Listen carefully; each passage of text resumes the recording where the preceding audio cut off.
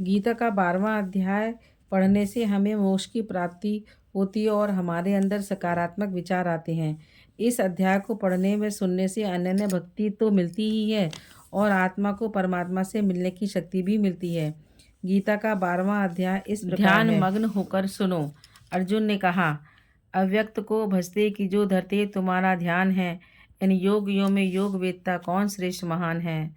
श्री भगवान ने कहा, कहता उन्हें में श्रेष्ठ मुझ में चित्त जो धरते सदा, जो युक्त हो श्रद्धा सहित मेरा भजन करते सदा। अव्यक्त अक्षर अनिर्देश्य अचिंत नित्य स्वरूप को भजते अचल कूटस्थ उत्तम सर्वव्यापी स्वरूप को। सब इंद्रियां साधे सदा सब बुद्धि ही धरते हुए, पाते मुझे वे पार्थ प्राणी मात्र हित करते हुए। अव्यक्त में आसक्त जो होता उन्हें अति क्लेश है, पाता पुरुष यह गति सहन करके विपत्ति विशेष है। हो मत परायण कर्म सब अर्पण मुझे करते हुए, बसते सदैव अनन्य मन से ध्यान जो धरते हुए। मुझ में लगाते चित्त उनका शीघ्र कर उद्धार में, इस मृत्यु में संसार से बेड़ा लगाता पार में। मुझ में लगा ले मन मुझ में बुद्धि को रस तहीं, मुझ में मिलेगा फिर तभी इसमें कभी संशय नहीं। मुझ में धनंजय जो न ठीक प्रकार मन पाओ बसा, अभ्यास योग प्रयत्न से मेरी लगा लो लालसा। अभ्यास भी होता नहीं तो कर्म कर मेरे लिए, सब सिद्ध योगी कर्म भी मेरे लिए अर्जुन किए। यह भी न हो तब आसरा मेरे लिए कर योग ही, कर चित्त संयम कवन फल के त्याग सारे भोगी।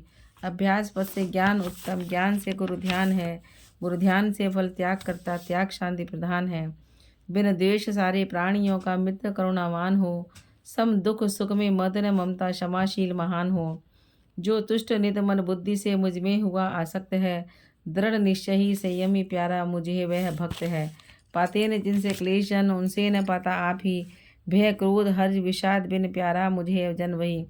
जो शुचि उदासी दशक है जिसको न दुख बाधा रहित, इच्छा रहित आरंभ त्यागी भक्त प्रिय मुझको वही। करता न द्वेष न हर्ष न बिन शोक है बिन कामना, त्यागे शुभाशुभ फल वही भक्त प्रिय मुझको घना। सम शत्रुओं मित्रों से सदा अपमान मान समान है, शीतोष्ण सुख दुख सम जिसे आसक्ति बिन मतिमान है। निंदा प्रशंसा सम जैसे मौनी सदा संतुष्ट है, अनिकेत निश्चल बुद्धि में प्रिय भक्त है मुझको वही। जो मत प्राण इस अमृत में धर्म में अनुरक्त है, वे नित्य श्रद्धावान जन मेरे परम प्रिय भक्त हैं। इस अध्याय में भक्ति मार्ग पर चलने की प्रेरणा दी गई है, इसलिए सुबह गीता के 12वें अध्याय को रोज पढ़ना चाहिए। हरिओम तत्सत, हरिओम तत्सत, हरिओम तत्सत।